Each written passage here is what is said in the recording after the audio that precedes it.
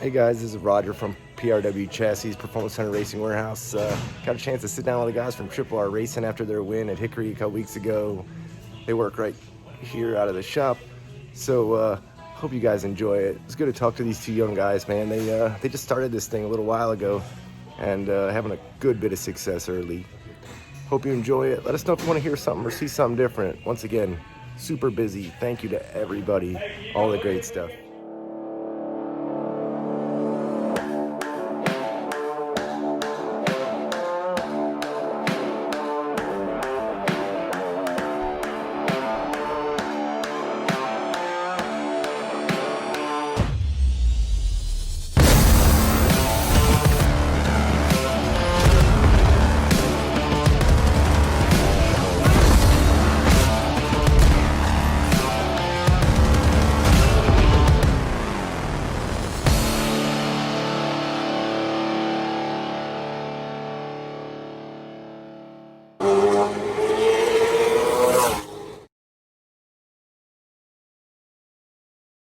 This is Brett Performance Center. Got a couple of guys that have been dying to get in front of the camera just so you guys could meet, but we didn't really want to do it till we could actually win a race, just so that we could actually say something. So hey, now we got something to talk about. There you go, right? This is Steve Severus and Zach Brenninger from Triple-R Racing. They've been working on a Performance Center here for a little while. Zach and I kind of talked about it, and then Steve and I kind of talked about it over the winter, and they've been able to put together a really unbelievable rental deal for a lot of young people and some older people that are interested in trying to find their way to late model stock and kind of get a jump ahead of what they've done. Zach has driven, although he wasn't very good, and he did fight some people.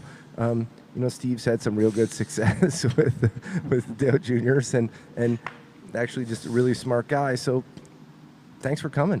We're having beers. It's after 5 on a Monday. Yeah, Labor Day. Right? Labor Day. So here we go. I'm real proud to get these guys in front of you. I think they got a great story. They've done some really good things, and I think it'll be great for you guys, especially a lot of younger people that are out there listening, to kind of figure out some of the things they've done that they've been able to make it. Now, if you're under 21, we don't condone beer drinking, but if you're over 21, drink them if you got them. That's the way we believe it. So,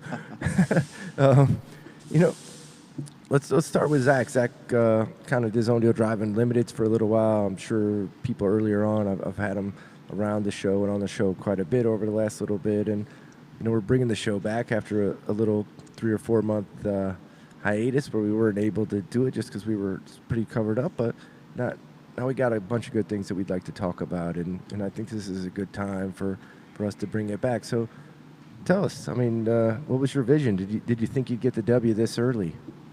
Honestly, I didn't know really what to think about going into this year. Steven's expectations were definitely high. He was looking on the dub.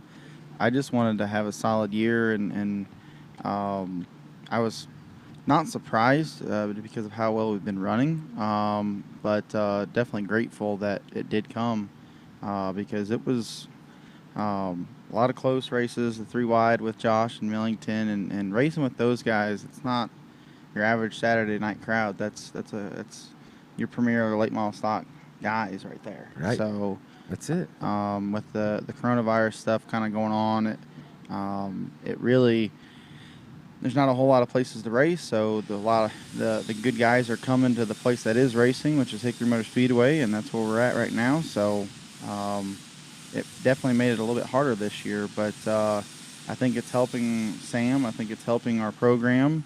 And honestly, I think it's helping those guys too, because we're all having to work our tails off to continue making each one of us better. What's been your biggest obstacle in this deal? I think that everybody thinks, man, I can do a rental deal, right? Like I have a car, right? I have a car. I know how to make cars go fast. I can do my own rental deal, but you kind of took a different approach where you started with a car that you guys currently had and Steve, and you guys corralled around and kind of got your feet wet a little bit and then built new cars and have progressed on. What's the 1 or 2 things that you didn't think was going to pop up through doing a rental deal as a business, as opposed to, you've raced for many years and Steve's worked on your stuff for many years. So What's the one thing you guys have come up against that you didn't think of? The dad that's like, well, I'm just going to buy a car for myself, or I'm going to do this. He thinks he can do it way easy, but what really has been the biggest obstacle? It's not easy. Not at all. We've sucked for a long time. No, I think that truth sets you free, right? Like, Yeah. I mean, I don't think people understand how hard you've worked, how much shit we have. Everybody went swearing already. How much stuff we've cut off, right? Yeah. Like, you've tried, you've been like, nope, this didn't work out. We gotta Yeah. cut it back off, right? Like, that's How many it. times this year on a Monday did we walk in here and we weren't even cleaning the car? We just had the torch out. That's it, right? It was just easier. That's it. It was just easy. Don't clean it, just cut it off. Right. Well, the funny part is the trust that I think we've had for each other has it wasn't an overnight kind of deal. I mean, we've worked with each other for a lot of years, but it's to the point now where, I mean, when I was driving, Steve was trying something I didn't even ask. I whatever. Like, I know You don't ask now. You don't even I hear it. don't We even just ask cut it now. out. Yep, I don't ask now. That's I've awesome. learned literally. He asked me, he's like, "Do you think we should go taller?" I was like, We could "We could." do anything. You think we should stay where we're at? I was like, we can go shorter. Yeah, it's whatever you want, bud. Right, yeah, where you want to be. if you want to cut it off, man. Let's do it. That's So it's just I fully trust on what his decisions are, and that's it. Steve, different deal for you, right?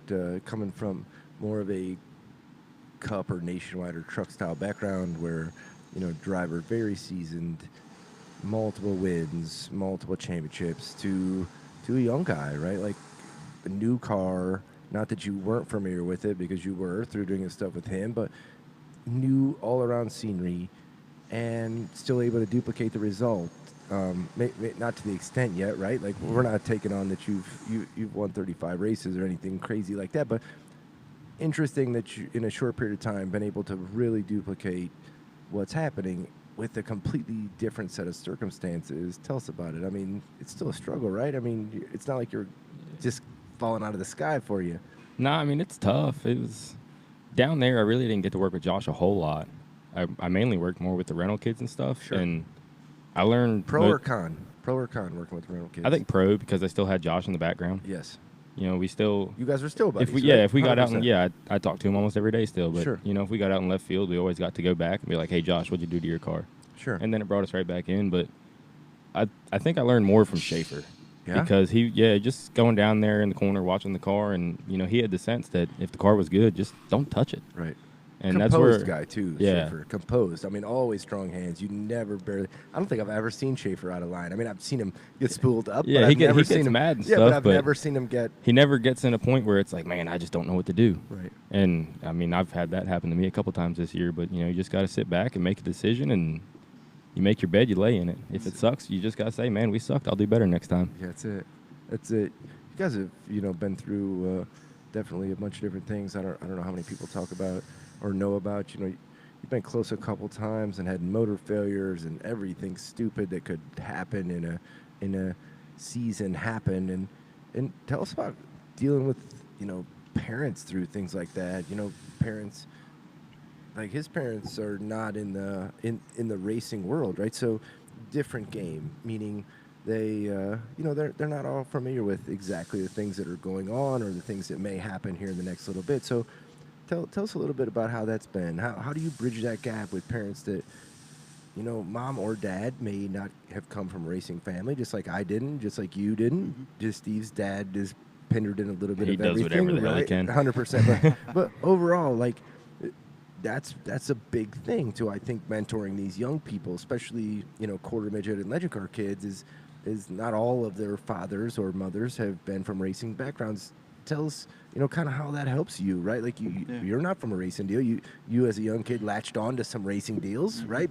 But it's not like anybody was just like, well, here it is, go after it, buddy. You know what I mean? Yeah, I mean the only racing experience I had was working with my uncle and my cousin. But that was What was it. that on? Late models, dirt late models. Nice. Okay. So, my grandfather raced, and my uncles and cousins raced. My uncle and cousin raced, and latched onto that once we moved closer. And that was the only thing I had. I mean, we were basically changing gears and checking air pressure and changing tires. That's all they allowed me to do, and it went on from there. So, but The parents, honestly, it's just being upfront and being honest.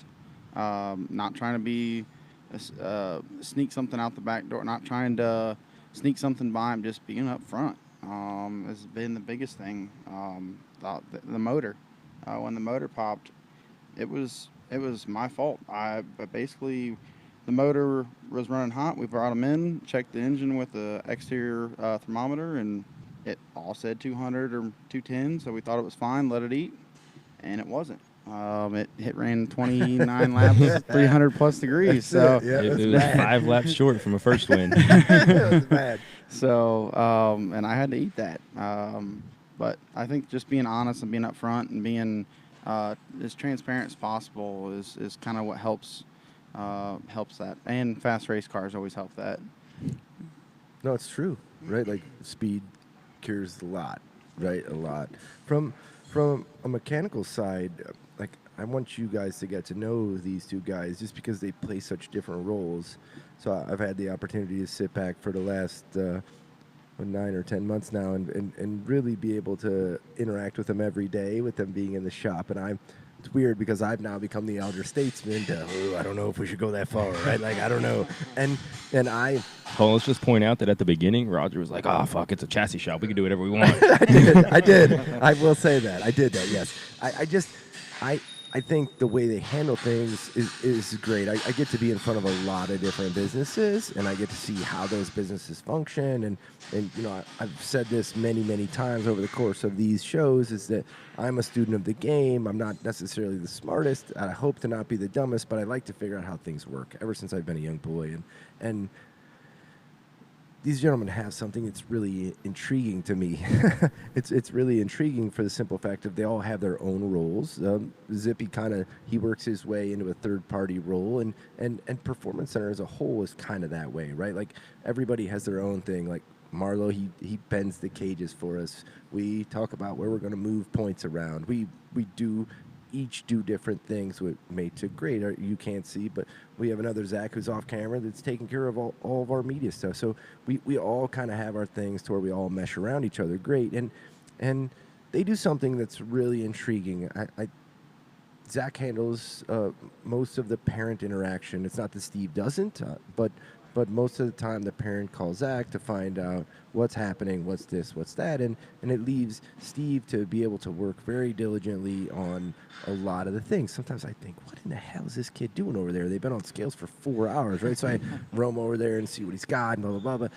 And meanwhile, it's just the attention to detail and the attention to be able to work very hard on your stuff. And what intrigues me is that many of the guys that have ridden cars for years and years and years, they get pissed because, like, you just started this deal a little while ago, right? Like, and this is two punk-ass kids. It's like, who the hell are they to come in here and beat me?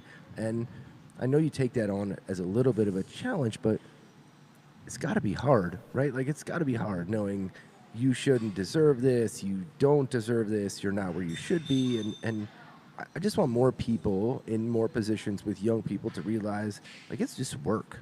It's work. You guys are in here. I have cameras all over the shop. You guys are in here to the point where I'm like, damn it, I wish they would go home because the power bill's going up, right? Like, and we've talked about it, right? But you guys continue to work on your stuff over and over and over again, and I think that's one of the reasons it makes you great. What's helped you be able to communicate with young people as well as you are? Because we both know that I've had the opportunity to work with a bunch of young people, and they kind of give you deviated information, right? Like they believe that they're further along than they actually are. But you've been able to take young Sam Butler and really capitalize on his information.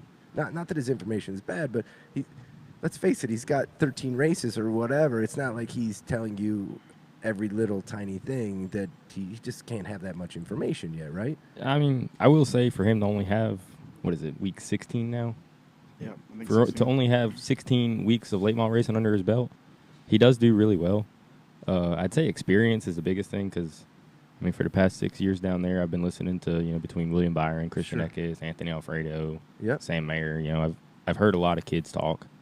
And like I said, dealing with Schaefer and just going in the corner, watching the car and seeing what you see, knowing what you see, and then hearing what they say and finding the happy median of the two. And I mean, it definitely helps that I'm young, so I can talk to him a little bit better. Sure. And then me and Sam have a great relationship. I mean, we text almost every day also. So, Sure. I mean, I'd say all the little things like that add up and make it easier than what it should be.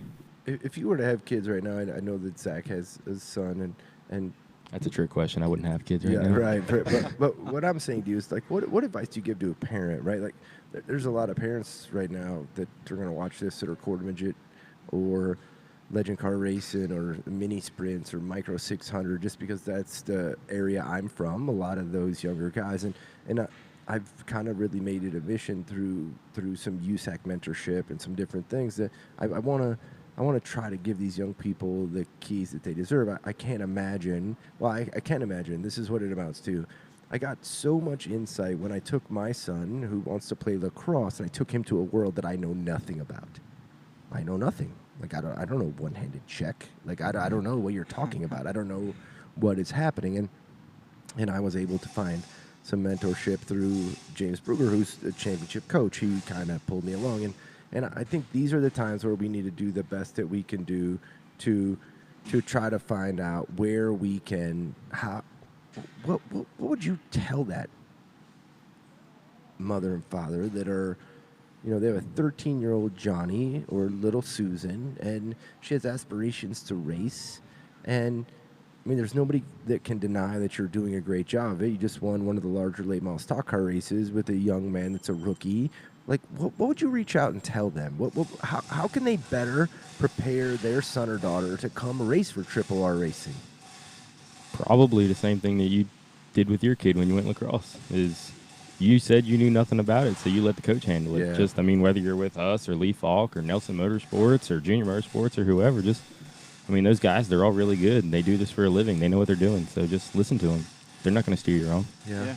And that's part of doing your research. I mean, don't just talk to one person. Talk to a couple different people. See who you're comfortable with, who your kid's comfortable with, and I mean, it's very difficult. And all of us are so close on equipment and stuff now. Really and truly, Sam and Steve and honestly all of us have really meshed quickly to the point now. I think honestly Sam considers this kind of be a satellite family of his. He stayed with me for almost a month during the summer here. Right, he called me at 9:30 last night. And he was bad, by the texting way. with you, right? Like, My it's bad, by the 100%, way. but that's the way it works, right? You're right. You're right. So, yeah. We got the media guy over here giving us signals like we're ready to steal first base. I don't know what was happening right there. That was awesome. Pause for station identification real quick. Or? We're on the PRW, Performance Racing Network. Oh, we gotta do something cool. What made you decide I want to take these young people? Is that what you want to continue to do? Is take young people? You want to try to get some older guys? What about the young guy that you just thrive on, where you're like, man, we can get these people to a better place. We've been around enough people. We don't always know that we're the cheapest, right? Like and that plays into it with the experience with some young people, but we don't always know that we're the cheapest. But you think you're doing it the best. So where do you grab them and continue to try to push them? Where do they go from you after they leave you? Where do they go? We'll let you know. Yeah. I mean, what do you think they go? I don't know. I mean, there's honestly no set thing for it. I mean, they might want to go run supers at bigger tracks, half-mile tracks with a lot more motor. Or Sure. if they want to go K&N racing, that's fine too. If you want to just be a lifer in the late models, that's awesome. I mean, there's plenty of people that do that. Yeah, and some good ones. Yeah, I mean, they need to Right, know like that some that's an acceptable route if that's what you want to do, right? And I think that kind of gets overlooked a lot. It's okay to be a late model stock driver. I mean, you can. There's some badasses in late models. there's some There good is ones, some yeah. badasses, For and sure. I think We beat two of them this weekend. Yeah, and that kind of frustrates me that sometimes that well, what's next or whatever. I mean, it's cool to be a late model guy. I mean, we got Martinsville. We have a lot of great tracks between Hickory and Tri-County and Southern National that we get to go race on. I mean, it's cool. But I mean, I always looked up at Scott Bloomquist and a lot of those guys. Like, thought that would be awesome to be. Sure. That's what they are. Yep. Professional late model drivers.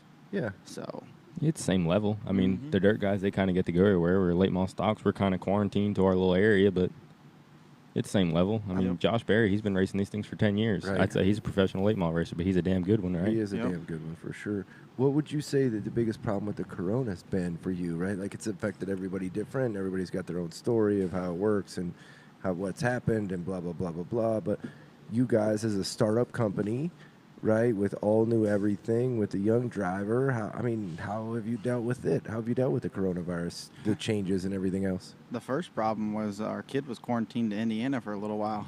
He couldn't leave the state. Sure.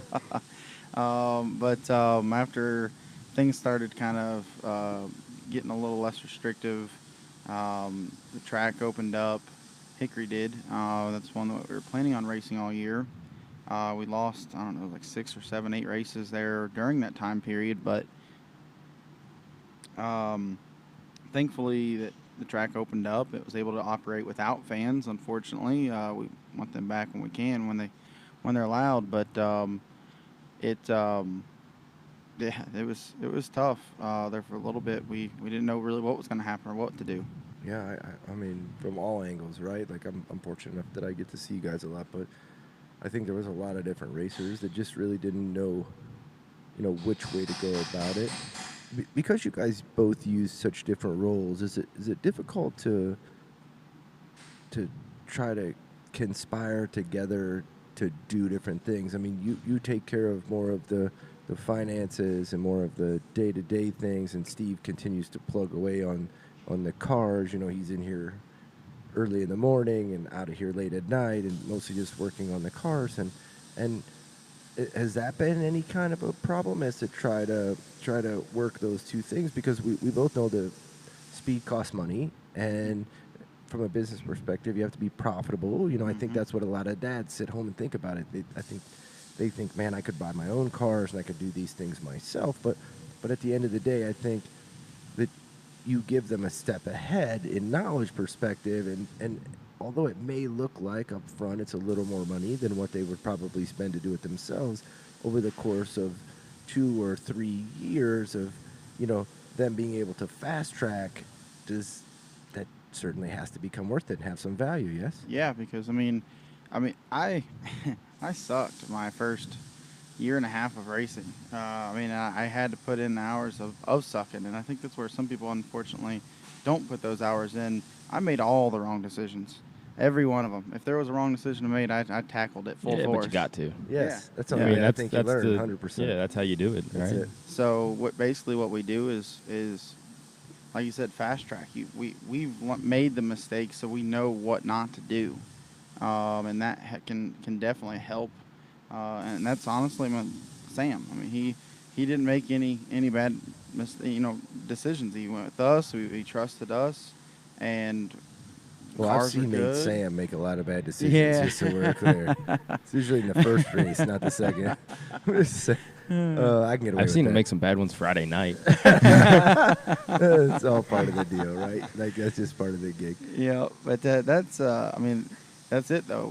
We have been around the sport for a while and made a lot of bad decisions and learned from them is the key thing, to where we Yeah, know what- what to do now. What year was it we built that first car?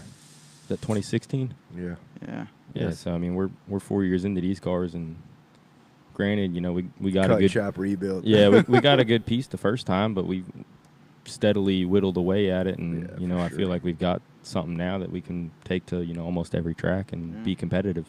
Yeah. The first year And- or two, we didn't have it powder coated because Yeah. we were cutting stuff off That's it. constantly. That's it. That's awesome. What do you? Like I said, I unfairly get a chance to spend a lot of time with you, and I know your phone has been definitely ringing off the hook with we're not going to say any names, but young people calling you, trying to get in your stuff, and I know you have a big push of multiple kids that are interested in getting in your cars now. And my question comes to you as to, how do you decide who you put in, right? Like, it's great to build something in this short period of time where you can get. The weird part is I don't know if the kids are old enough to decide, like, hey, man, I want to do this one or I want to do this one. But as I have listened to over the last couple of days, there's multiple dads calling, right? There's multiple dads that are begging you to write you a check for next year, and I think that's amazing. How do you guys make those picks, right? Like, it's a fortunate place to be in this early in your careers, but how do you make those picks as to who you go with? Testing.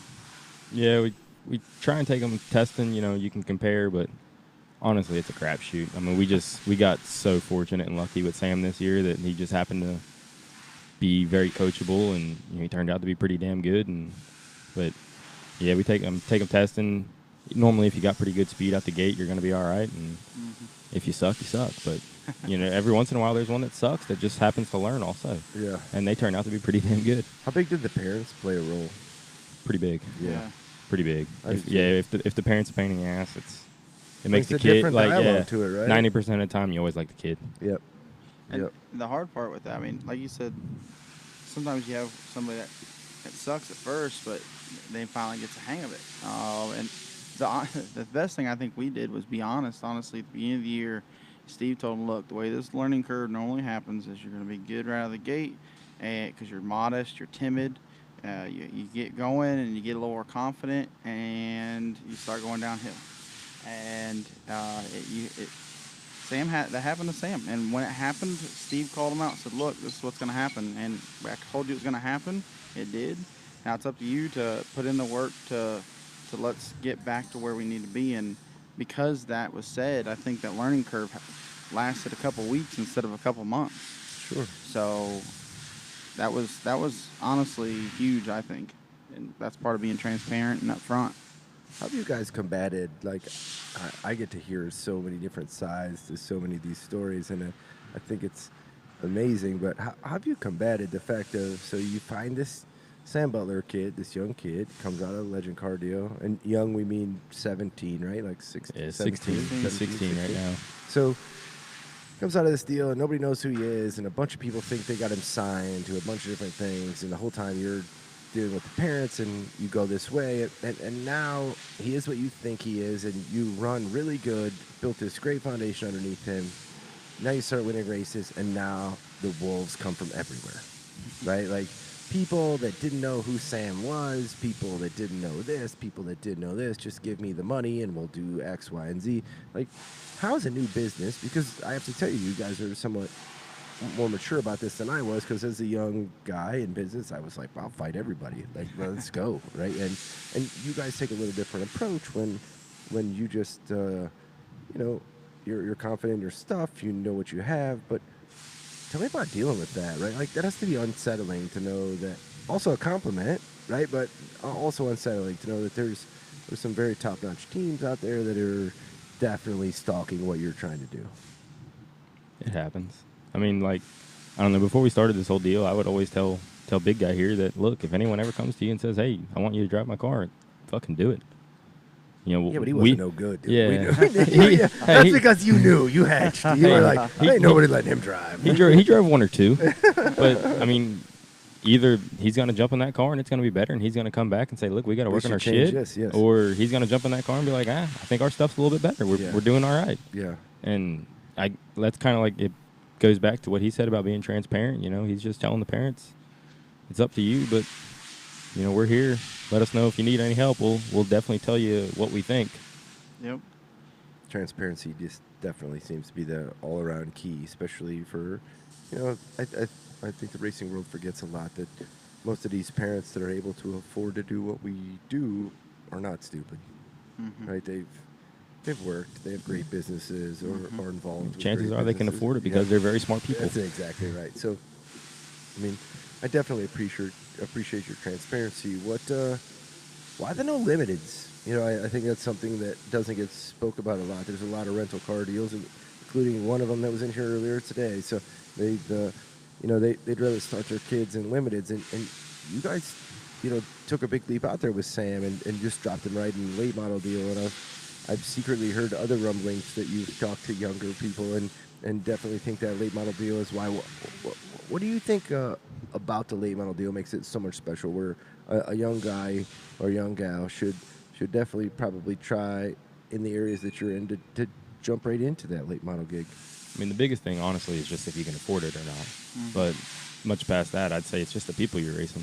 So I mean, limited's definitely. I mean, you got Boo Boo Dalton who goes out there and he wins 20 races a year, and he's He is. just a badass in the limited. PRW customer, by the way. Yeah, but I mean, the late model guys. I mean, you're going to. If you go to Virginia, you're going to race Peyton Sellers. If you go to South Carolina, you're going to race Sam Yarborough. If you stay in North Carolina or a car store or something, you're going to race Nelson Motorsports, Lee Pulliam. I mean, That's it. Philip Morris. I mean, just think about the names right there. Yes. I mean, those guys. If you can run with them, you can do it. You've done it. Honestly, and so we were a little upset, not upset, just a little frustrated, I guess, that with the COVID-19 stuff happening, we've had several heavy hitters come into Hickory this year that normally don't run weekly there, and that hurt our chances because we were getting to the point where we're running well with the locals, and then all of a sudden, you know, you had Millington come in full-time and Josh come in full-time, and at first it stunk, but honestly, like we told Sam, it's going to make him better, and it has.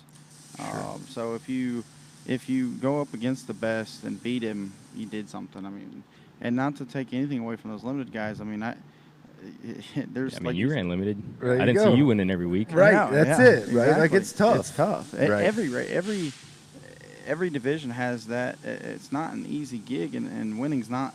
Just because you have the most money invested in your car doesn't mean it's the fastest. Look It at doesn't Travis mean- Bird this weekend. I don't mean this, but clearly, in my He's opinion, good. one of the better drivers he's in the good. field this weekend. And it's Yep. not like he went out and dominated. I mean, Yep. before the race, I'd have bet you 100 that he was going to blank everybody, Yeah. right? Like, I Yep. mean, just But then on the other hand, you have Landon Huffman. He's That's good, it. and he goes out. He's ran twice this year, and he's won. won both twice. times, right? Yep. I mean, I agree. But I also like to look back to what you said originally about how it seems to be a money-oriented deal, right? Like the limited, if that's all you can afford, then just do that game, right? Yep. Like there's a bunch of people that do rental stuff in that game.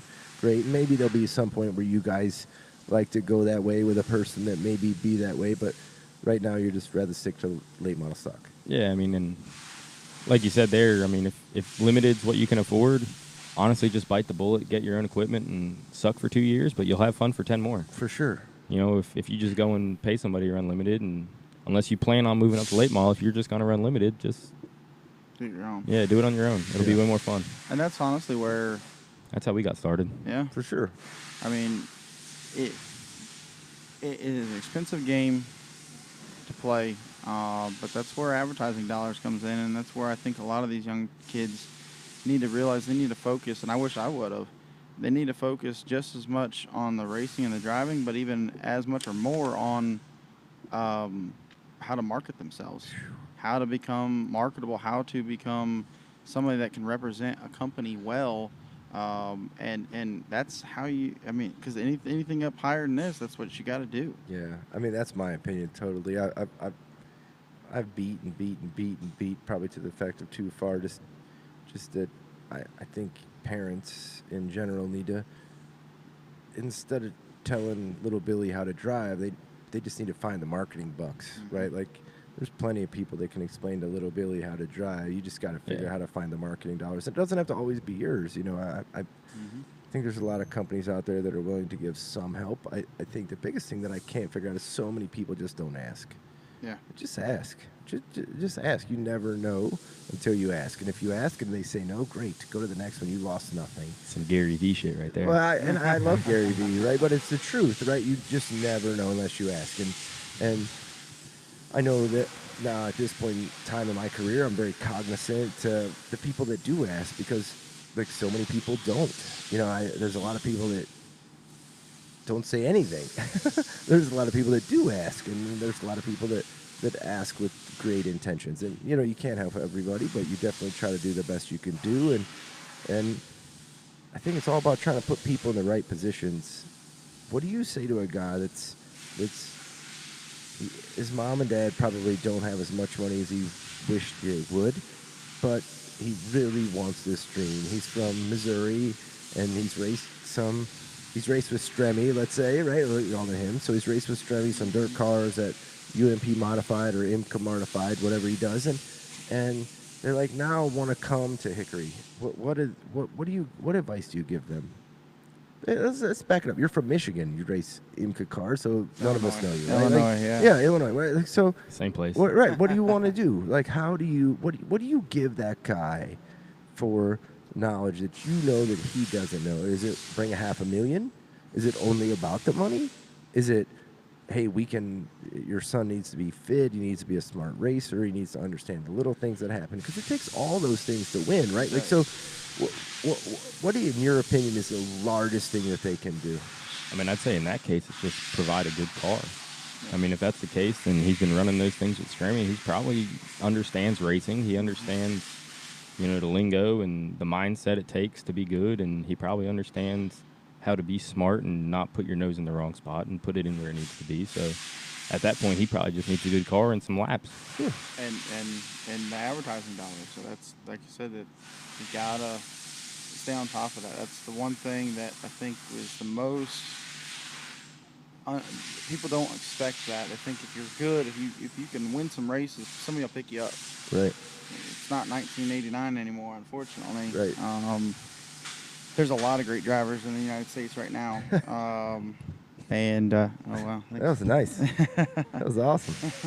There's a lot of great race car drivers in the United States, but you got to have those marketing dollars. You got to be able to market yourself and carry yourself well, and have the dollar bills.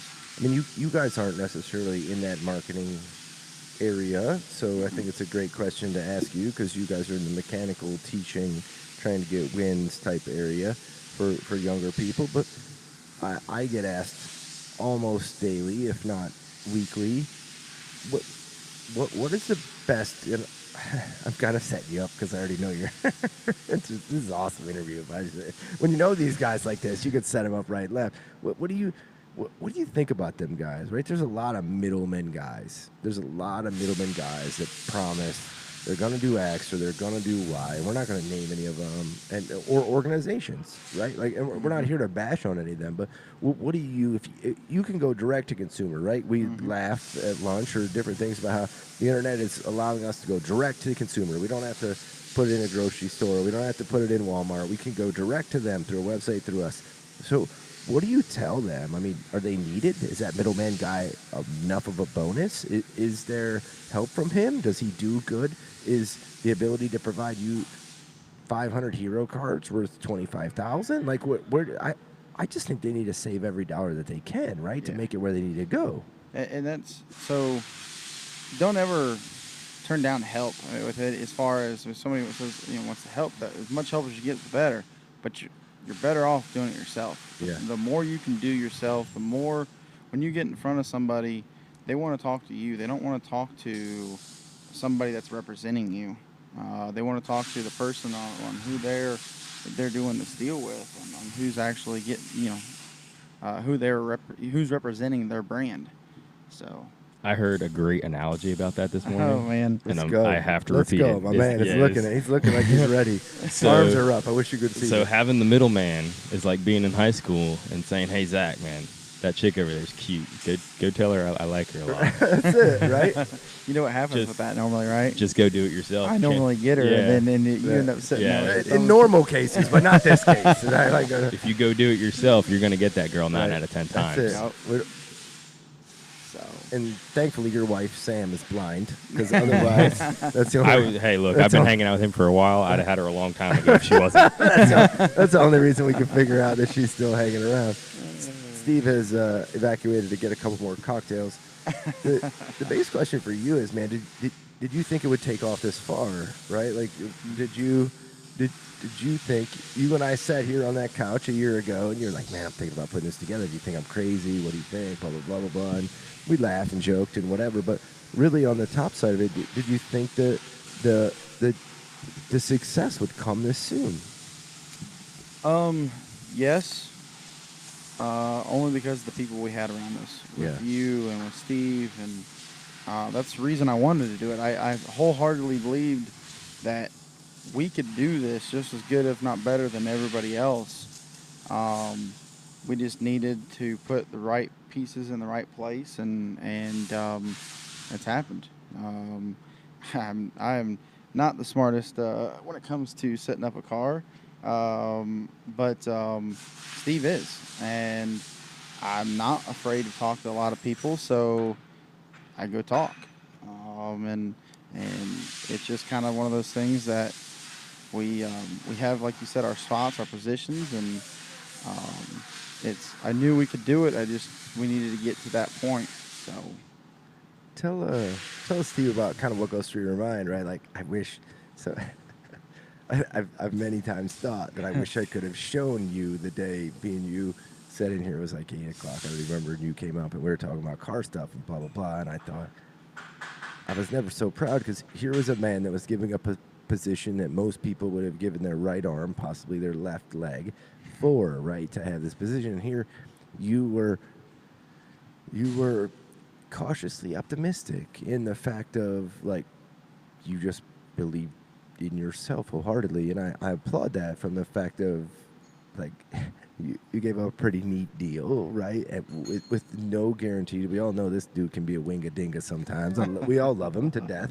Not as a bad, but you gave up a very prominent job to be able to take a shot at something that you didn't know whether it was going to work or not work, right? Like, let's be frank. And with no hesitation. Like, I know you probably had some, and we discussed a little bit, like, just very micro little bit of some business things. I remember you asking me about corporation stuff and different things like that, but with almost no hesitation. And I'm drawn to just that decision-making ability from the fact of 90% of the people that I know, even some that do very well, 30, 40, $50 million a year employees, or not employees, business owners, like, they don't have that decision-making process just that cold. And, like, what led to that? I mean, what leads to you two in Zach's garage drinking beer one night or hanging out and bowling or whatever? You guys are always up to no good. Like, what led to, like, damn, we should do a rental deal. Let's do this. Like, we could do this. What led to that? First off, we got to thank Anheuser-Busch. There you go. There you go, right? Second, I always like to think that I'm like a glass half full person. I always like to try and remain positive about everything. You are. I don't know, just went with my gut and felt that we could do it. And everyone always kept telling me, man, you go into business with your buddy. That just ends up, you're not going to be friends. Yeah, you're not going to be friends. But then, I mean, I remember that night that we were leaning over there on those fab tables right there. Yeah. And you were like, man, I don't know. I think you go to business with your buddy, you start an empire. That's it. And I was like, all right, fuck, let's do it. That's it, right? Like, I think I've told you since day one, I just believe you put 4, 5, 6 people together pushing in the same direction, and I don't think anybody can beat you. They just can't beat you. If you're pot committed and everybody's willing to carry their part of the rope, there's no way they can beat you. Like, that's why we got the fab guy, right? Or the fab guy. I wish he was the fab guy. We could pay him more money. That's why we got the media guy. He does a great job on this. I'm sure everybody I've been getting. I wish he could get the compliments because he actually does so much of it. Right?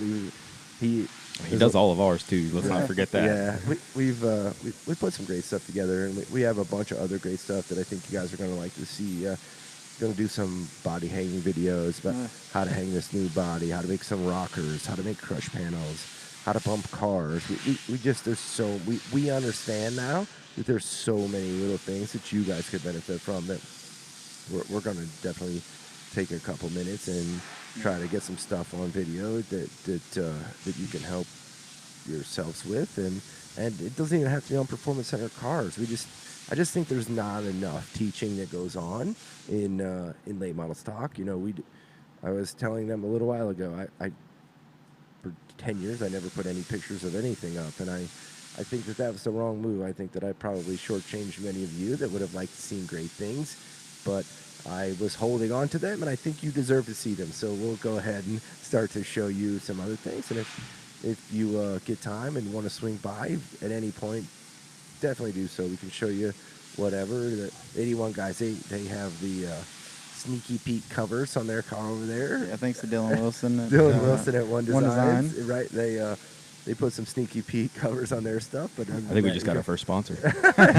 You could probably see almost anything else. How do you keep going? Like, so you've had the success, you've been able to strike early against some of the best of the best. What happens now? I mean, I'm fortunate enough to get to be around you and see all these dads calling, and, you know, many people that are really interested in doing something with you, and probably many more are going to call in the coming months before you guys decide who your 2021 lineup is going to be. but I don't know many rental deals. Maybe a few, maybe Lee Falk, or maybe a couple other big established rental deals that get the opportunity to kind of choose who they want to do their thing. How do you scale from here? You know, I definitely push both of you in some different directions to think outside the box. Maybe we can scale this way or this way or this way, but how do you continue to go? Well, first of all, we're only good as our last race. So, Which you got the trophy back there, and that's a yeah, big one. I I've been waiting to turned have that thing in Performance Center for a while. Come on. Here's my notice right here, Zach, by the way. Oh, that's awesome. it's so I mean, we always keep our heads down digging. That's one thing that's great about people that we have around us. I don't ever have to tell Steve to stick his head down and keep digging. Like I already know he's doing it. For sure. And that's one thing you don't have to worry. I don't have to worry about. But as far as scaling, I think next year we're looking at doing. We're wanting to have a full-time. Don't give too much away right here. Yeah, Like, see full-time. that? I seen him grab him under the leg. Like, one full-time deal and then a part-time deal. So. you think that's all you can do right now? I mean, there's many people that do 6, 8, 10 drivers. Is that something that you guys are interested in, or you kind of more interested in being the boutique deal that's the 1v1 where little Billy or Susan gets more of the direct contact and you just like to continue with them? Yeah, we could probably do 6 of them, but we'd probably suck. Right. Yeah. No, and I appreciate the honesty. I think that's Yeah. what a lot of people don't understand, that they think, well, we just want in the machine no matter what. Like, I can tell you this, and I have a couple of really good friends over there, so I don't want this to be a dig on them, but, like, you'd have to pay me to get in Rev stuff legitimately. You would have to pay me money to put my kid in Revolutions racing stuff. And there's some Johnny Allen's over there, Mark Green's over there, right? There's some smart guys. The problem is I just don't think they can win in the long, right? No, like, so no. that's where I lay to guys like you, where you're more want to be the boutique guys that do, 1v1 activity, go to the racetrack, you work the problem, but not have to deal with any of the big business stuff. If somebody wants to teach me how to do multiples, I'll be glad to learn. But to me, the more individualized we can be with, I mean, like he said, I mean, if Steve had 6 kids texting him every day, he'd drive himself nuts. He wouldn't be able to get nothing done. For sure. I'd probably tell Sam, look, man, just shut the fuck up. Just stop. But because it's just Sam, I mean, it's we're able to have that personable touch to everything. I mean, I can't have 6 kids running around my house for a month at a time. It's just not possible. Back to those deals. I think that's a lot of people don't realize that Tyler Rankum lived with me a lot while he was here, right? Back and forth, back and forth. I mean, Sam stays with you guys. I don't think they realize the of that. Is that something you would continue to do? I mean, that has some drawbacks. Like, I don't think people from the outside realize the drawbacks that I have. You still have a life and a son and a wife, and I mean, you still have things to do on a Friday night. But I remember there was 3 weeks or so, or a couple weeks, where Sam stayed here with you the whole time, right? Yeah, I mean, we took him in like our own. And my wife was like, I know what it's like to have a 16-year-old in the house now. Right, for sure, right? Experience. We took Tyler on our family vacations. We did, those were the things that you did to try to gain the cohesiveness that you needed to gain. Yeah, I mean, that was trying a little bit as far as my wife and I, because she got stressed. She, with my 1-year-old, and that's stressful enough. You know what I mean? Sure. And the She's a 16-year-old teacher. probably eats as much as you. Yeah. Right. They're growing boys. That's Yeah. it. So I mean, my wife asked me, "What happened to the Lunchable? Did you eat it?" And I said, "No, it was the last one." In the Sam fridge." done tore that thing up, didn't he? Yeah, good for him, man. Good for him. Yep, she had planned on having the Lunchable the next day for cash, and woke up the next morning and it wasn't there. That's one thing that I think is really intriguing that a lot of people don't see, that I think you guys don't sell on enough, is that it costs money. Like, there's nobody gonna lie and tell you that it doesn't cost money. Like, I wish it didn't cost money. I wish we could give everything away that we made. But the intriguing part of it is that there are certain things that squeeze everything for everything, right? Like, everything costs another $250, or everything costs another $500, and I just challenge many people to try to find there are some very good rental programs out there. Just work hard and diligently to try those before you make a decision with somebody that you just found on the internet and their social media looks great. Yeah. Like I think that's a trap. Mm-hmm. and that's why I said talk to multiple people. Don't just talk to one person. And if that person doesn't want to talk to you, then obviously they didn't want your business. So go talk to some people, feel who you're comfortable with, and go from there. I know you guys have a really strong relationship with Harrington, and I personally, as a chassis builder, have always had rocky relationships with motor builders, just because I can control my chassis side. I just can't control the motor side. Mm-hmm. And how has that been? I mean, working with him, I've seen him down here working on your stuff multiple weeks, and you've been fortunate enough to have known him on a personal level for quite a while. Between the two of you, you used him at Dale Juniors, and you used him both before on your own. And how much has that played into a couple of young guys that are going to try to start a rental deal? How much has Harrington's role played in your gig? He actually pulled me to the side right when everybody kind of started hearing what we were doing. And it wasn't me, though. We're clear. I held it tight. Like I was in there. He tried to kind of give me the watch out for X, watch out for Y kind of thing, which was kind of cool, and tried to kind of coach me a little bit as far as how to run a business, like you did a lot too. So that was kind of cool. I just grabbed a hold of the checkbook. I wasn't afraid. You would scare me. Right? Like, let Steve spin the wrenches, and I'll show you how to make money. Hey, Steve, that thing looks like it's getting warm. Oh, wow. I thought you were on a keto diet. So we got Big Fella on a keto diet. That was my spare. He wants to now race. I'm going to have to get up again. He wants to race, but this is a tough group in here. And there become stipulations a lot of times about you can say you want to do things, but others shame you into doing it. It's kind of an unbelievable group. So tell us what the deal is. When can you race again, bud? Let's get that out there. I'll put it out there because he might lie. Yeah. So the deal is at 240 pounds, Mr. Zach Bringer's allowed to race again. Come on. If he makes 230 by the fall brawl, I will buy the tires. Oh, now it's on the air. It's on here. So it's real. Yeah, it's real. So it's real now. It was on that podcast. I think it's called Windshield Deep. I do like Windshield Deep. Them guys do a great job. Yeah, they do. They drink way more beer than we could. Well, it's not really here. beer. Let's White Claws. They're White Claws. Truly. So it's kind of right. Good point. Good point. Them guys do a great job. I'm confident in saying that because I don't think he's mentally tough enough to make 230 by the brawl. I think. Where are you at now? Kind of stuff right here. Where are you at now? I was as low as 255, but have you another? we had to win this freaking race this weekend. So there was beer drinking. There's some beer drinking, so it went back a little bit. But I started out at 280, so we'll be fine. But this is the kind of stuff like if I didn't really like this guy, I think I might actually hit him once in a while. Right, you won't. But you won't. I know he won't. That's why I do fun. it. Right, it's become fun. I agree. But that's just the kind of friends we are. We've been for a long time, and I mean, I remember his brother. I don't know. How old were you when you had the go-kart track at your house? Maybe 13. Yeah, 14. somewhere in there. I don't remember. His brother was chasing around the yard because he did something. I don't even remember what the heck it was, but I've known him for a long time. My brother's always been good. I've always been wild. What does Sam think of all this? Let's talk about the wife side of it. Oh, Steve can't chime in right here because he's just a girlfriend deal. He travels over there now and again. But you, because you guys are in here a lot, right? Like, I mean, I don't think people understand it. Long after Performance Center is closed down, you guys are still in here working diligently into the evening. So, tell me how that goes, right? So another thing that I would like to fully disclose is you still work for Humana, like a normal job.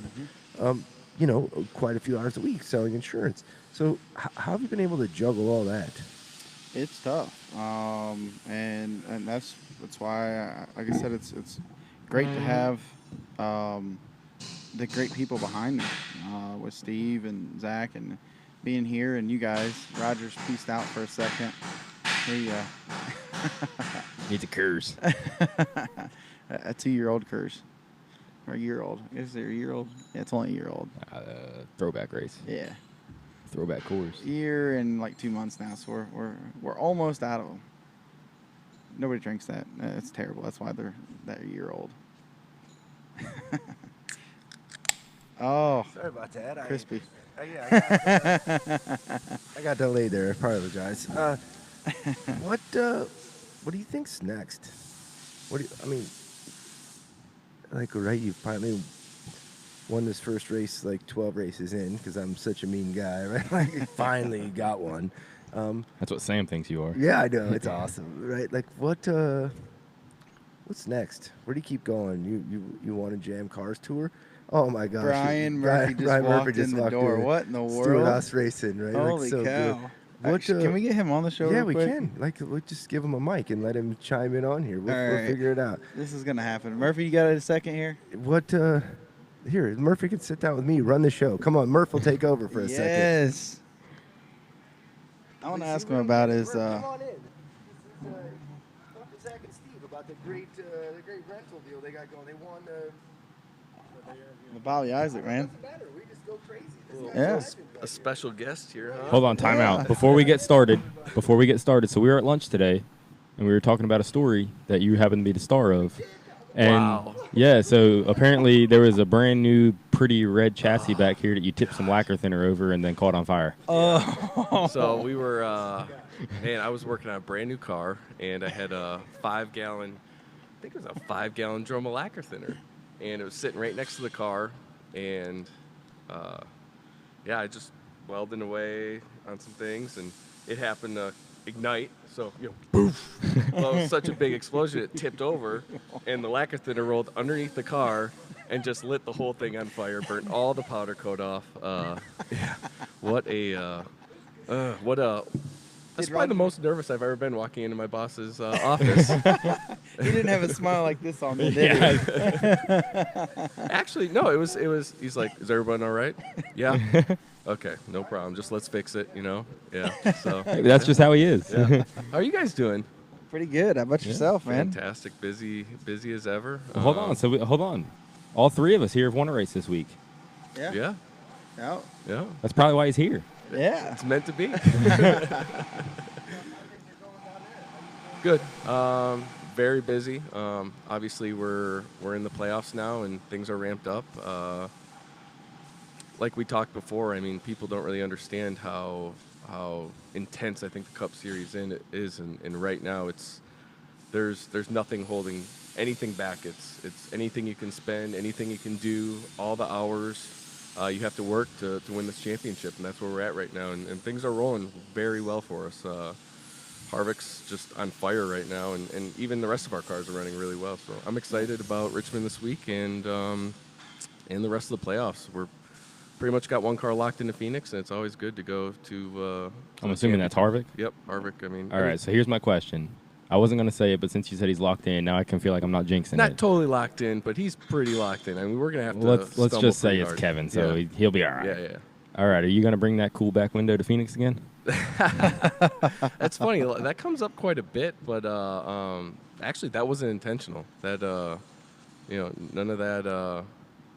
That was a broken brace, and oops, you know what I mean. So everything's built to just perform on the edge. So I'm sure it was as light as it could be. yeah, any little failure and Put you have together stuff like that. pre-cracked, Yeah. pre-wrecked a little bit. No, this was not pre-cracked or pre-wrecked, to be honest. But I mean, yeah, Cup teams do have their little tricks to get around things, but that was an honest mistake that bit us twice, actually. Mm-hmm. So yeah, I'm excited. Tell me about where you've been.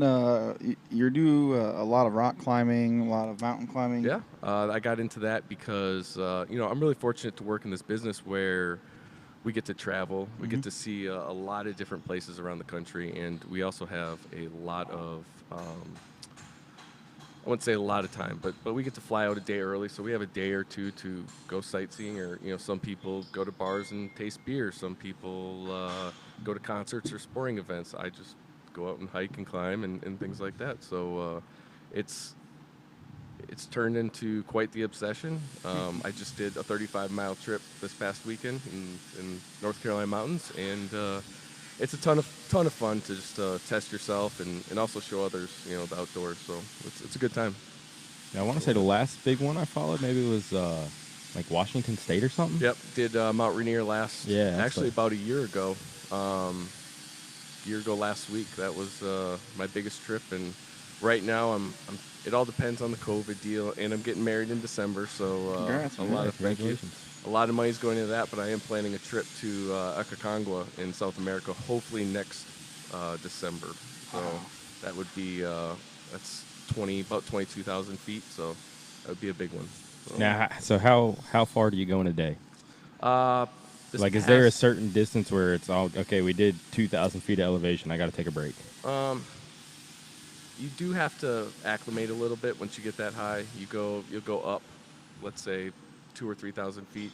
You'll come down, then you go back up about 5,000 or 6,000 feet, and then you'll come back down 3,000 feet. So you kind of go up in steps and come back down, so your body can get used to the altitude.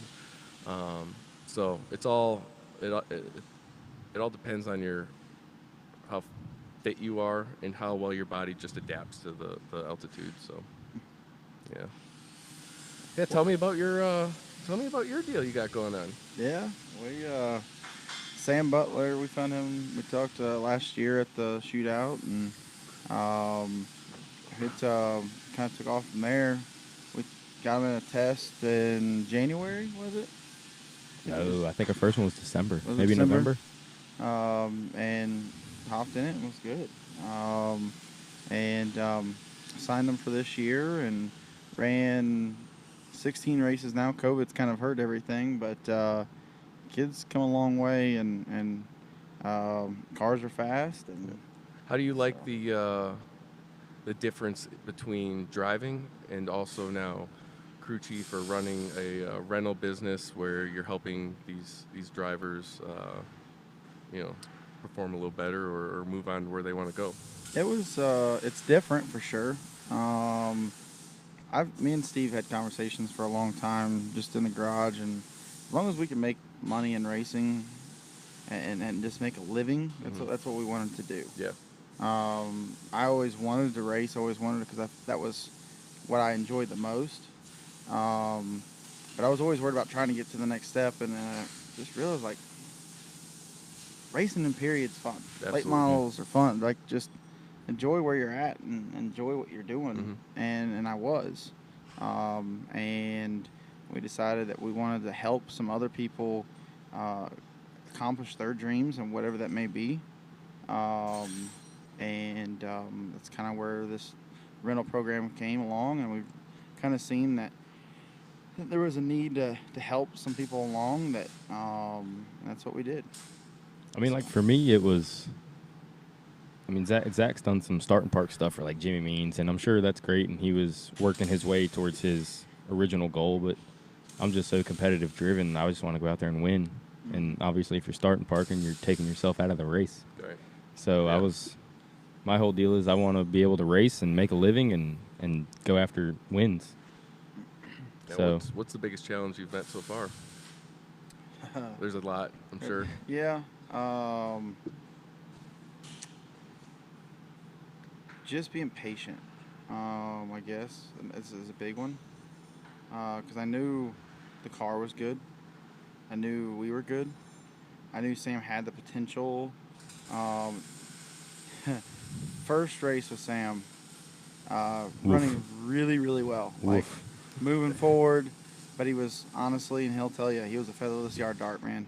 He was fast, but didn't know what to do with it. Now he knows exactly. I mean, when he goes to move somebody, it's beautiful. I mean, I don't even know if they know that they got moved. It's so beautiful. He ended up knocking the front and rear clip off first race, and oh man, it was bad. it was like lap 10. Yeah.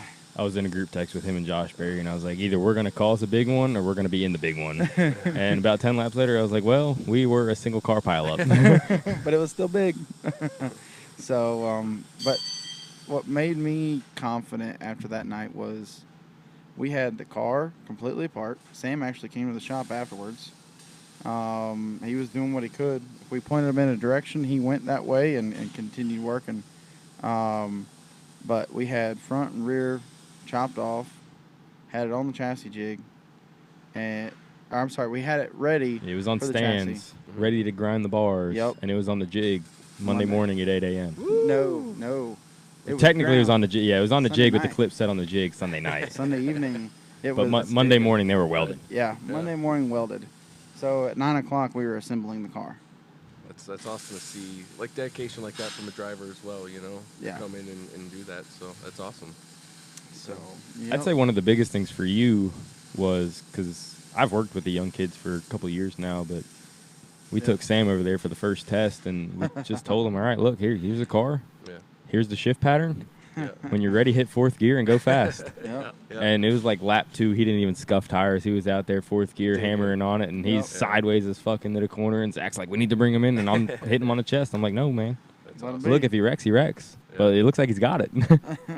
And I'll be honest, it was like literally the next lap he went off into 3 and was like, "Rrrr," all but wrecked. Saved it, finished the next lap. Steve called him in, and that was it. He knew not to drive in any deeper. Yeah. It was all but ready to knock the rear clip off, but he didn't do it, and it worked out well. So, but that they said the patience part has been the toughest for me, and just learning to sit back and say, okay, Steve knows what he's doing. I'm gonna handle what I need to handle, and he can handle what he needs to handle. So Well, that's how good teamwork. You know, it's a good relationship to be able to trust each other and know each other's strengths and things like that. That's how you guys will succeed for sure. my favorite Brian Murphy story. I'm gonna go ahead and say this before we let him go. Brian Murphy is the epitome of just loving life, and I'll put it this: so he hopped in a race car and actually was pretty good at just hopped in. It's Just probably hopped the in same car. story Fox tells about every week. I never drove a go-kart. I never Nothing. drove anything but a street car. That was it. That was my racing experience. And hopped in and was pretty decent. And wrecked the entire car. And got out with the biggest smile I've ever seen on anybody's face. He was like, "Did you see that move I made like 5 laps ago?" I was like, "But your car's destroyed." He's Ended like, up well, right? Hey man, I was out there to have a good time and hopefully not cause anybody else any other issues. And I wrecked my own car. I had a great time. It was a ton of fun. And yeah. That's what the short track Yeah. racing is, though, right? I And- mean, that's why people go to Hickory. And to take a checkered flag at Hickory Motor Speedway is one of the coolest moments of my life still. I mean, like I didn't win, but just to finish a race, which I think was the next race. But I was about to say, it doesn't sound like it was that no, one. that one I didn't finish. But to finally do that and run a race at Hickory, that was man, that's awesome. That's really cool to do. And sometimes you get caught up in either winning or your goals just to appreciate some of the other things too. So Yep. yeah, but where'd Roger go? He's Performance Center is Roger. Yeah, selling. Hey, no kidding. Let's call him real quick. I want to call Performance Center. Yeah, I haven't been back here probably in a year since he had me on early last year. I was just in the area. I figured I'd stop by and see how it's going. That's awesome. Pretty full, it looks like, yeah. Yeah. Akinori's back there. Dude, Akinori had a top 4 run going this weekend. Yeah. He ended up getting wrecked on a restart, but he was on top of it. Man. Sorry about that. Kerry Bodenheimer I need called. to. Ooh, I need How about to that? The legend. Oh shit. text. I got like 12 minutes left, and then I'm already completely missed my kids' lacrosse. That's great. So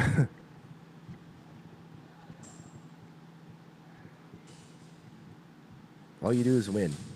That's it. I wish. Yeah. Yeah. I know you lose a lot more than you win. I just want people to understand the amount of work that you guys go through. I mean, a lot of great rental deals out there. We're not here to put any of the other ones down or say that they're not as good, but Not at all. Yeah. definitely want people to understand kind of your little secret sauce of what you guys do, how you go about, making sure that you're not going to be a big deal. It's, in my opinion, probably ever going to have, more than 3 people that do it. I think you're fortunate enough that you're in a situation right now where you got them knocking down the door to get in, so you can definitely take the opportunity. I think you've covered a lot of the business angles of it correct with, bringing your media group in house and your race cars are somewhat in house and you're able to do a lot of decent things. I wish you all the best of luck. I think you'll keep doing it to a high level. If I know Steve, not you, Zach. On the other hand, I don't know who the hell knows what's going to happen. But I just think you guys got to keep giving dads. I think we got to help those dads that can't afford to go crazy. Right? Like there's a lot of dads that can't afford, and those are the kids that I worry about. I worry about the kids that get lost in the wash because mom and dad don't have the money to be able to do what we need to do, and we all know that happens, and so I want to try to kind of do a little segment every couple of weeks that gives that dad the opportunity to see inside of what we get to see, because I don't think everybody, we take for granted that Brian Murphy from Stewart-Haas is just going to roll in. You know what I mean? I don't even know what he is now, like head fab guy or head aero wizard or some damn thing. But like, we get spoiled because he rolls in here and we'll talk to you about X or Y. Or we had a couple guys from Nice in here earlier. I think Nice, right? Like we have a couple different guys that from different organizations that roll in. We can ask questions to and do things. But I think sometimes we forget that if you're a dad in Ohio and has no idea how to get little Billy into the situation, I think those are the guys we need to reach out to and give advice. Yeah, honestly, just give us a call. I'll be glad to help anybody, fulfill what they want to do. If it's not with us, no problem, but I'll be glad to help people. What's the best way for them to get you? Just DM us. Yeah. That's easy. Social media. Yeah, Social not everybody media. has the time to talk on the phone all the time. Just DM us. If you want us to call, just say, here's my number. I'm good. I'm free from this give me a time to this shout. time, and we'll hit you up. I mean, even though we have Big Zach over here, it's a media guy, but I Any do of our social Instagram. media He does platforms. Facebook. If you want in touch with either one of us or even him, or even Roger, just DM us. Yeah, we figure out a way to get it right. Yeah, we'll get you to the right guy. What's you guys? I am baffled about the amount of kids and parents that have reached out to you guys in the last little while. What do you attribute it to? Social? Do you attribute it to running well? Do you attribute it to drivers or a post you've made, or like does Sam like where do you think all this buzz has come? I know it's come because you've run well, right, and that you've done the things that you said you were going to do, but where do you think you generate the most wow factor? It's all part of the process. Yeah. You got to Little run steps. well. You got to have social media. You got to have, make yourself personable. Mm-hmm. Let people talk to you. If we win or we run well, nobody knows if it's not out there. Yeah. So the social media, like he said, is definitely a big part. But like he said, it's a little bit of everything. But social media definitely helps nowadays, and that's a tool that I think a lot of kids need to start figuring out how to use, not for entertainment or fun, but how to use to Do business. do business. Yeah. That's one thing that I remember being early on. Like, I just bought Performance Center, right? So it was like 09, maybe 2010. I remember, like, being a huge deal. Like, if you didn't work out, you were terrible. And I think to myself still a lot of times now, like, I just want parents to know that it's just not one thing. It's not one thing that makes it go. It's about forming a relationship with a group of people that end up making you successful at the end. I think parents overanalyze that I have to do this right or I have to do this right. But it's not that. It's not that. It's about formulating a plan and getting around enough great people to make yourself great. Yeah, if you put the right people in the right places, you can. I mean, it's like you said when we first started this thing. Yeah. You get a group of 5 or 6 people that just feel like you can You get can't it beat done. 'em. You'll get it done. Yeah, you can't beat them. Yep. You can't beat them. Well, reach out to these guys if you want to on social, Triple R Racing or Steve Severus and Zach Brenninger themselves. They will definitely get back in touch with you if you're wanting to rent something or you're wanting to talk to them about some advice on maybe testing or going to a certain racetrack. Just reach out. like they said, there's a lot of great rental deals. Make sure you talk to everybody that you can and try to gather as much information as you can before this is big decisions. I don't think they should be taken lightly. People are spending hundreds of thousands of dollars, and they really need to make sure that they shop all aspects of it and see what can be the best and see what they got to say. I'm a little biased. I'm a little biased to all the Performance Center customers just because I want them to do well, and I appreciate all the support that they give Performance Center. But I really want you to dabble in there. If you're a dad or a mom sitting at home, it's like, we really want to try to take our son or daughter to the next level, and we just don't know. Reach out, ask some questions. Mentorship is almost 99.9% of the time free, and make some visits. We've had many younger or dads of younger children, younger guys and younger girls come in here and look what we got going on and look at what your operation is and look at Performance Center. So, definitely take the time and do the due diligence and, see who's got the most to offer you for the bang for your buck. Don't always focus on, that number. The total number sometimes can get skewed because the different things that people offer. So, just don't get sucked in one way or the other. Yeah, I'd say I agree. Yep. There you go. 100%. I'm sure Roger will put us on whatever. He'll tag us here or whatever. He's going to post it on Facebook and all that stuff. So We'll get it taken care of, and we'll definitely get you guys tagged so that if you like what you see, you can definitely reach out to them, or at any point you can reach out to Performance Center Racing Warehouse, and we'll do the best to put you in. There's a lot of guys that maybe can't afford to be in a rental deal or be in a car deal, so we can. We set some people up in used stuff. There's some used stuff that's available. We try to keep a decent inventory mentally of the people that are selling different used cars. We spoke about it this morning, what we know of our stuff that's used out there, and try to keep everybody in the loop. So don't be afraid to reach out. Worst that somebody can tell you is no, and try to do the best you can. And I appreciate you guys coming by. You're going to walk back over there to your corner now. And start we're cleaning probably or going to all something. go home. Yeah, that's it. That's it. Thanks for having us. I appreciate it. I mean, thank you guys for watching again. Check us back out. I'm not sure what we're going to do the next one of. We got all kind of crazy stuff planned. We got some different brake manufacturers going to come by, a couple body manufacturers. Like as usual, I like to stir that body manufacturer pot up a little bit. And we'll do some interesting things here. We got a full-time guy now. We call him Big Zach. You'll probably you maybe get to see him if he doesn't edit himself out from the earlier conversation.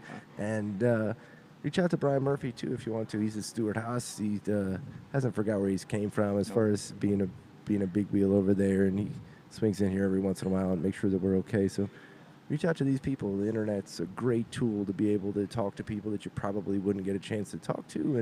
And if we can help you at all, please reach out to us. So thanks for watching. Check us out.